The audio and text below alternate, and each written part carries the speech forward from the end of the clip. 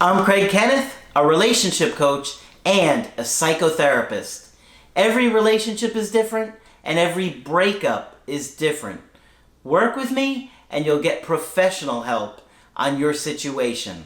And if you're in no contact, focused on personal growth, my workbook series, The Knowledge, will help you make changes like you've never made before. Available now at AskCraig.net.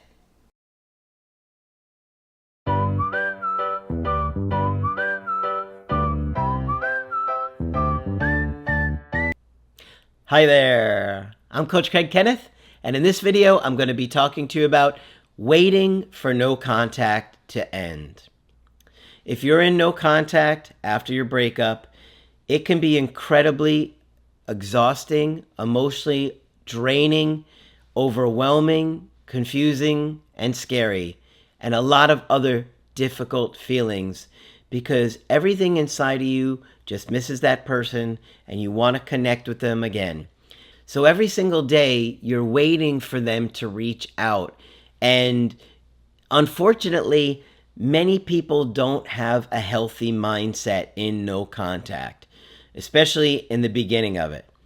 But if you don't think that no contact is for you, think about how you handled the breakup already. Many of you already messaged your ex many times, wouldn't leave them alone, were trying to manipulate them, and where did it get you? It probably made your ex colder and colder. So you finally realize that no contact is the only option. Those of you that have serious attachment issues really probably exhausted your ex in the meantime. But going no contact is the most confident thing that you can do for yourself. But you got to make it about you and healing and getting to a good place. Because if you're just doing it, waiting for them, you're not going to get into a good place. It's going to be like they come back and you're going to kind of act just the way you did at the time of the breakup. Because you haven't really grown, you haven't mastered yourself anymore, and you're still really the same person that they broke up with. And if you think about it, the relationship wasn't working for them for whatever reason. And I'm not saying it's all your fault because many of you were good partners. But many of you were selfish or self-absorbed. You were neglectful. Maybe you took your partner for granted. Maybe you were smothering them or badgering them because you were anxious and you didn't realize it. Well, if you have those issues and you don't really focus on how to improve in those areas, it will be the same dynamic shortly after they return. This is why I say you have to let them go to get them back. The people that are able to let them go and truly focus on, okay, how can I better myself after this situation? Those are the people that are a lot more likely to be in a good place when they return. But just waiting for someone to come back is like staring at the clock when you're at the end of your workday and you're just staring at it, waiting for time to go by. It only makes time go by slower. But if you're productive in that time, you're not so focused on when it ends, you're getting stuff done, right? So think of it that way. So I've got a good email coaching from someone that I just did our second Skype with. And this guy is really focused on personal growth and shifting his mindset from waiting for their ex to reach out to getting to a good place for when they do. And I thought this one was really helpful and will give you some insight into their process. So let me share this one. They said, "Hi, Craig. After our coaching today, you asked me to write an email regarding the process of my own healing journey the last few months. While this isn't about getting my ex back or being over them, it's success in a different way.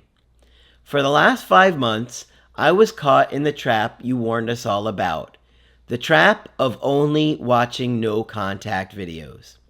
While I was still focused on the creative healing course and some of the other videos you put out, I was watching these same videos on YouTube, Instagram, and TikTok on a never-ending cycle, literally. I was doing this to soothe the anxiety I had over the uncertainty of my situation. In a way, I created my own suffering as I became hyper-focused on any potential sign or change in behavior that would lead to my desired outcome, getting my ex back. A short time ago, I realized that if she didn't come back or had moved on, I would have been broken. All of this was because I was stuck in the loop of waiting for the no contact period to end and hoping any change would bring my ex back to me. When I finally deleted the videos and started focusing on myself, I felt a minuscule shift that's been growing each day inside of me. I became more centered, and on top of that, meeting new friends and making new connections didn't quite so feel forced anymore. I know you talk a lot about focusing on yourself and other success stories to do as well. But for me, it has been the biggest struggle. That was until I realized this didn't happen overnight. That the path to focusing on yourself started with the tiniest of shuffles. Finding a podcast that focuses on growth. Starting a gym routine, no matter how small. Talking to a friend. Engaging in self-care. Yes, this means for men too. And even the small things like getting your diet where you want it to be. When I started taking the small steps, they began snowballing into bigger ones. While I won't sit here and tell everyone that I'm quote-unquote happy all the time or that I've given up, what I can say is I'm finally in a stable place.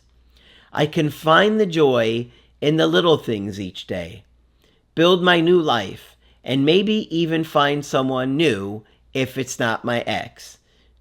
He put, that is, once I finish the creative healing course. Needless to say, I want your viewers to know that while it's nice to know the details of no contact and all the small changes and signs, if it's perpetuating your misery, it's time to take a small step forward each day to change that, because no one deserves to not find happiness each day. Life is still hard, but I'm confident now that I can navigate it without just putting a Band-Aid on the wound each day. I'm throwing myself into the creative healing course with a new look, and I'm loving the outcome. I'm watching videos like How to Be Her Superman and truly gaining the knowledge to just be a better version of myself.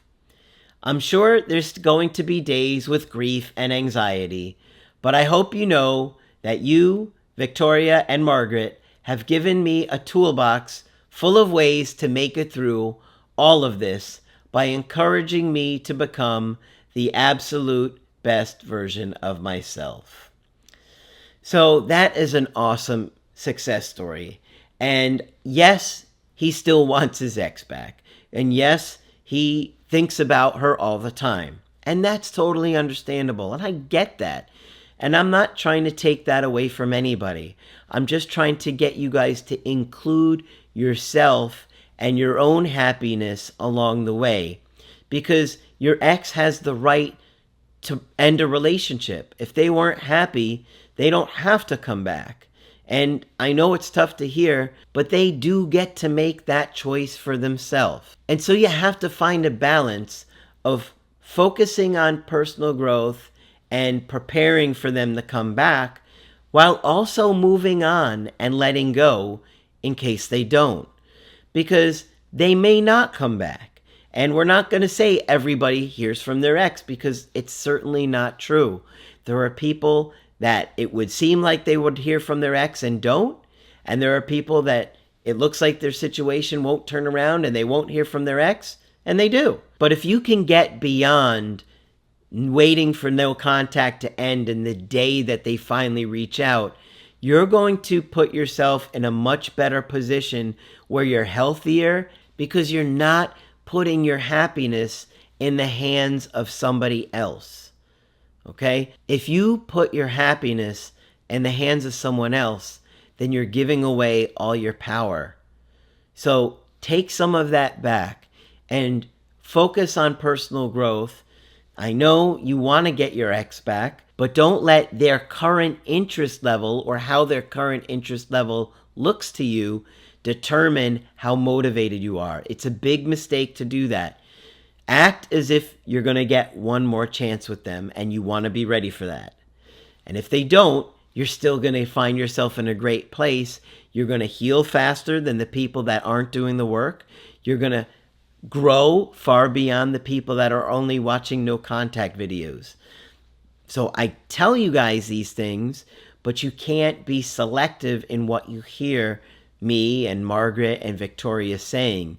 You have to take it all in and not just ignore the stuff that you don't want to hear or you're not ready to hear yet, okay?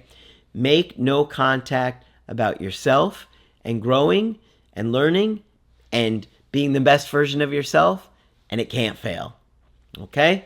So hopefully this was helpful to you. And of course, if you want to get my help personally, you could do that on my website, askcraig.net. I do email coaching and I do Skype. You can also get my creative healing course and my workbooks only on the website.